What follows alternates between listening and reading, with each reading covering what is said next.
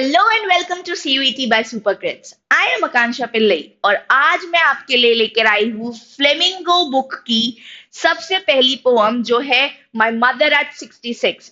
तो जैसे कि आप जानते हैं सीबीएसई में इंग्लिश लैंग्वेज के अंदर फ्लेमिंगो बुक सबसे मेन बुक है और उसके अंदर टोटल 8 चैप्टर्स और 5 पोएम्स हैं। आज हम बात करेंगे फर्स्ट पोअम की। ये पोएम बहुत इंटरेस्टिंग है, बहुत कनेक्टिंग है। आप, मैं, जो भी इस पोएम को पढ़ेगा वो कनेक्ट कर सकता है क्योंकि ये पोएम है एक मदर और डॉटर के रिलेशनशिप के बारे में। अब मदर एंड डॉटर के रिलेशनशिप की अगर मैं बात करूं तो जो इस पोएम की पोएटेस है कमला दास, उनका फोर्टे है कि वो ह्यूमन रिलेशनशिप्स, बॉन्डिंग्स और सारी तरह की चीजों पे ही अपनी पोएम्स लिखती है। क्यों? क्योंकि उनको पसंद है सेंसिटिव रिलेशंस पे बात करना। तो कमला दास के अगर बारे में बात करिए तो वो बॉर्न हुई थी 1934 में, उनकी डेथ हुई 2009 में। वो बॉर्न हुई थी मलाबार केरल में। वो रिकॉग्नाइज्ड होती हैं as one of the India foremost poets. मतलब उनकी ओरिजिनलिटी, उनकी इंडिविजुअलिटी, वो किस तरीके से कनेक्ट करती है, वो किस तरीके से एक पूरे पोएम के अंदर अपनी फीलिंग्स को आउटरीच करती है, ये सारी चीजें उन्हें one of the most successful Indian poet बनाती है। तो आज वो अपने मदर के बारे में जो फील करती है, उनने जिस तरीके से उस पोएम में लिखा है, आज हम उस तरीके से माय मदर एट 66 को देखेंगे। अब ये कहानी एक मदर और डॉटर की है, जो अगर मैं शॉर्ट में समझाऊं तो एक डॉटर अपनी मम्मी से मिलके वापस जा रही होती है और जब वो अपनी मम्मी की तरफ देखती है तो उसे रियलाइज होता है कि उसकी मदर कितनी ओल्ड हो चुकी है, कितनी बूढ़ी हो चुकी है और किस तरीके से लाइफ आगे बढ़ती है। शायद वो इसके बाद अपने माँ से मिल पाए, नहीं मिल पाए, उसकी माँ की हालत कितनी खराब हो चुकी है, वो कितनी बीमार हो चुकी है और उसको वो कंपेयर करती है बाकी सारी चीजों से जो उसको आसपास दिखता है, जो लगता है उसको कि ये इस तरीके का दिखता है। जैसे उसने विंटर मून के साथ कनेक्ट किया है अपनी मदर की स्किन को कि वो बहुत डल हो गई है, वो बहुत पेल हो गई है। जैसे ठंड के मौसम में चांद का कलर बिल्कुल एक येलोइश सा डल सा हो जाता है, उस तरीके से उसकी मदर की भी जो चेहरे की चमक है वो बहुत डल हो गई है। तो इस तरीके से उसने कनेक्शंस बिठाए हैं, कमला दास ने कनेक्शंस बिठाए हैं कि किस तरीके से वो अपनी मदर को एक्सप्रेस कर रही है और वो ये रिकॉग्नाइज कर रही है, उसको ये समझ आ रहा है कि अब मेरी मम्मी उतनी बूढ़ी हो चुकी है और इतनी ज्यादा उम्र हो चुकी है उनकी कि वो अब मुझे ऐसे बीमार ज्यादा लगने लगी है और अब मुझे उनसे दूर जाने का गम जो है वो ज्यादा लग रहा है। तो मुझे नहीं पता कि मैं कब अब अपनी मम्मी से मिल पाऊंगी और मिल भी पाऊंगी कि नहीं। अब आ जाते हैं हम इस पोएम पे लाइन टू लाइन बात करने। Driving from my parents' home to Cochin last Friday morning, I saw my mother beside me, doors open mouth, her face ashen like that of a corpse, and realized with pain that she was as old as she looked, but soon put that thought away. तो यहाँ पे क्या हो रहा है, जो कमला दास है वो ड्राइव कर रही है, वापस कहाँ जा रही है, कोचिन जा रही है।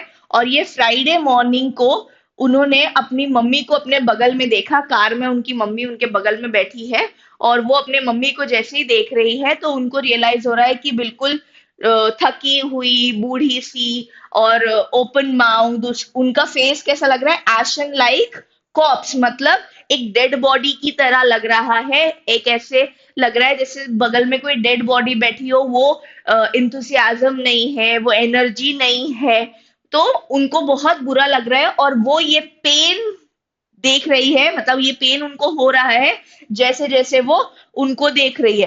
तो कमला दास ने क्या किया, उसने अपना थॉट हटाने के लिए, मतलब उसको इतना बुरा लग रहा है कि वो कुछ और चीज सोचना चाह रही है, तो उसने क्या किया, उसने अपने विंडो से बाहर देखा।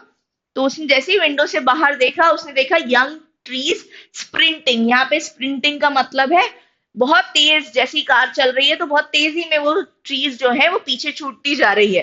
तो स्प्रिंटिंग द मेरी children spilling out of their homes. अब वो क्या देख रही है, जैसे ही वो कार के अंदर देख रही है तो उसको क्या दिख रहा है, एक डल मम्मी बैठी हुई है, डल बॉडी है, मतलब उसकी मम्मी बहुत बूढ़ी हो गई है, बहुत तबीयत खराब है, ऐसा लग रहा है जैसे डेड बॉडी बैठी है, मतलब कोई इंतुजियाज्म नहीं, कोई एनर्जी नहीं। और जैसे ही वो खिड़की के बाहर देख रही है, कार की खिड़की के बाहर, वैसे ही उसको बच्चे खेलते हुए दिख रहे हैं, ट्रीज बहुत तेज रश करती हुई दिख रही है, मतलब उसको सारा इंथुसियाज्म बाहर दिख रहा है।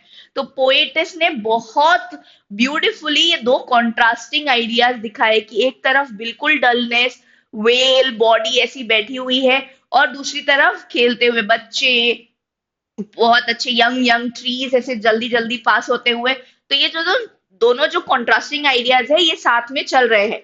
But after the airport security check, जैसे ही मैं एयरपोर्ट पहुंची और सिक्योरिटी चेक खत्म हुआ, वैसे ही मैंने थोड़े दूर पे, standing a few yards, I looked again at her, मैंने अपनी मम्मी को वापस से देखा, wan pale as a late winter's moon. जैसे मैंने आपको बताया, वेन और पेल मतलब बहुत डल, थकी हुई। एक पेल का मतलब ऐसा लाइट येलोइश कलर जो हो जाता है बॉडी का।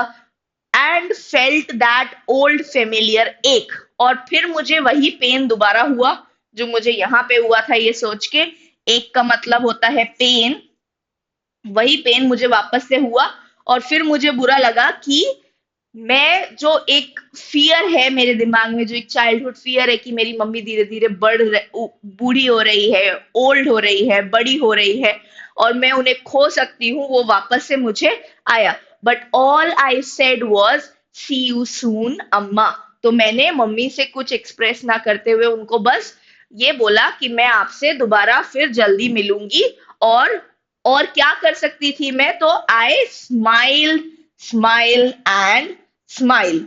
यहाँ पे जो रेपिटेशन है, ये रेपिटेशन है जब पोएटिस अपनी फीलिंग्स को हाइड कर रही है, फीलिंग्स को छुपा रही है, और उसके साथ वो पेन के साथ सिर्फ स्माइल कर रही है, ये रियलाइज करते हुए कि हो सकता है वो अगली बार अपनी माँ से ना मिल पाए। इसीलिए इसका यहाँ पे रेपिटेशन किया है। जितनी भी जगह पे कंपैरिजन किया है, उस जगह पे उन्होंने सिमिली का यूज किया है। सिमिली आपका फिगर ऑफ स्पीच है, जब आप दो एलिमेंट्स को कंपेयर करते हैं, डायरेक्ट कंपेयर करते हैं। तो I looked again at her, wan pale as a winter moon, यहाँ पे एज यूज किया है जब भी हम किसी दो सब्जेक्ट को एज, लाइक, या कोई भी कंजंक्शन इस तरीके के इंडिकेटर्स लगा के हम कंपेयर करते हैं, तो वो बन जाता है सिमिली। तो यहाँ पे figure of speech simile use हुई है। तो ये पोएटिस की पूरी कहानी है, पूरे इमोशन है कि एक मदर डॉटर का बॉन्ड कैसा होता है, एक मदर डॉटर को कैसे धीरे धीरे रियलाइज होता है कि वो मदर से कैसे सेपरेट हो रही है, कैसे उसको समझ आता है कि उसकी माँ बूढ़ी हो रही है और वो कभी भी अपनी माँ को खो सकती है। तो वो सारा एक, वो सारा पेन, वो सारा फियर जो है, वो बहुत ब्यूटीफुली कमला दास ने यहाँ पर पोर्ट्रे किया है, एक्सप्रेस किया है। तो इसी तरीके से आपको इस पोएम को और ध्यान से पढ़ना पड़ेगा। Now coming to the questions, what is the kind of pain and ache that the poet feels? कौन से तरह का पेन या एक है जो पोएट को महसूस हो रहा है? तो क्या हो रहा है, उसको सबसे पहले क्या लगता है कि उसकी मदर जो है वो इतनी बीमार हो चुकी है, इतनी बूढ़ी हो चुकी है कि उनकी बॉडी एक डेड बॉडी की तरह लगने लगी है, माउथ ओपन्ड है, उनकी झुर्रियां जो है, स्किन जो है पूरी लटक चुकी है। तो वो पेन उनने देखा था, वो पेन उनने फील किया था। और एक क्या है, एक की बात कहाँ पे हुई थी, जब वो अपनी माँ को एयरपोर्ट सिक्योरिटी चेक के बाद बाय कर रही है और वो बिल्कुल ऐसा पेल डल विंटर मून की तरह वेन पेल दिख रही है उनको, राइट।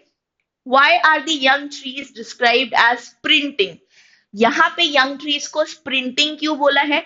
क्योंकि एक तरफ वो अपनी मदर को देख रही हैं जो बहुत डल हो चुकी है, बहुत ऐसे ओल्ड हो चुकी है, और एक तरफ वो यंग ट्रीज को देख रही है जो बहुत जल्दी जल्दी जा रहे हैं। तो जिस तरीके से कार आगे बढ़ रही है, वो ट्रीज पीछे छूटते जा रहे हैं। तो उसे समझ में आ रहा है कि कैसे कैसे उसकी मम्मी की भी जो एज है वो पीछे छूटती जा रही है और उसकी मम्मी ओल्ड होती जा रही है। इसलिए यहाँ पे इस वर्ड को बहुत एक्सप्लिसिटली एक्सप्लेन किया गया है, स्प्रिंटिंग। ये भी एक सिमिली है, किस तरीके से ट्रीज का कंपैरिजन आपने स्पीड से किया है, मतलब वो कितनी तरीके से यंगनेस जो है, मतलब एक यूथ जो है वो रश कर रही है, और ओल्डनेस आ रही है, मतलब उसकी मम्मी बूढ़ी होती जा रही है, जवानी खत्म होती जा रही है। उस तरीके से स्प्रिंटिंग को डिस्क्राइब किया है। Why has the poet brought in the image of the merry children spilling out of their homes? तो जिस तरीके से बच्चे खूब एंथुसियाज्म से, खूब एनर्जी से अपने घरों से बाहर आते हैं खेलने, और यहाँ पे वो अपनी माँ को देख रही है जो बहुत मुश्किल से हिल पा रही है या बात कर पा रही है, ठीक से उनकी आवाज भी नहीं निकल पा रही है। तो यहाँ पे भी एक डायरेक्ट कंपैरिजन किया गया है, एक कॉन्ट्रास्टिंग आइडिया बिठाया गया है कि एक तरफ बहुत बूढ़ी सी मदर है, और दूसरी तरफ बहुत यंग और बहुत एनर्जेटिक बच्चे हैं जो अपने घर से बाहर आ रहे हैं खेलने के लिए। Why has the mother been compared to the late winter's moon? यहाँ पे मदर का कंपैरिजन लेट विंटर्स मून पे क्यों किया है? क्योंकि विंटर का मून जो है वो हल्का येलोइश हो जाता है, डल हो जाता है, पेल कलर का हो जाता है। वैसे ही जो पोएटेस है, उन्होंने अपनी मदर को भी वैसे ही स्किन का बोला है कि उनकी त्वचा है जो है, या जो उनकी बॉडी है वो अब पेल हो चुकी है, डल हो चुकी है, उसमें अब वो चार्म नहीं बचा, वो एनर्जी नहीं बची। What do the parting words of the poet and her smile signify? अब पोएट ने जो लास्ट वर्ड्स बोले थे, सी यू सून अम्मा, और जो वो स्माइल स्माइल स्माइल कर रही थी, उसका क्या यहाँ पे सिग्निफिकेंस है इस पोएम में? तो वो क्या कर रही है, वो बहुत सारा ग्रीफ, बहुत सारा पेन अपने अंदर होल्ड कर रही है। उसे डर लग रहा है कि क्या वो अगली बार अपनी मम्मा को देख भी पाएगी या नहीं, और वो पेन के साथ वो सिर्फ अपनी माँ को क्या कह पा रही है, सी यू सून अम्मा। और वो स्माइल क्यों कर रही है? क्योंकि वो नहीं चाहती कि उसकी मदर को वो पेन फील हो या उसकी मदर सैड हो जाए। तो वो सिर्फ स्माइल कर सकती है उस मोमेंट पे, उसके हाथ में उससे ज्यादा कुछ नहीं है। उसको बहुत रिग्रेट है, बहुत पेन है वापस जाने का।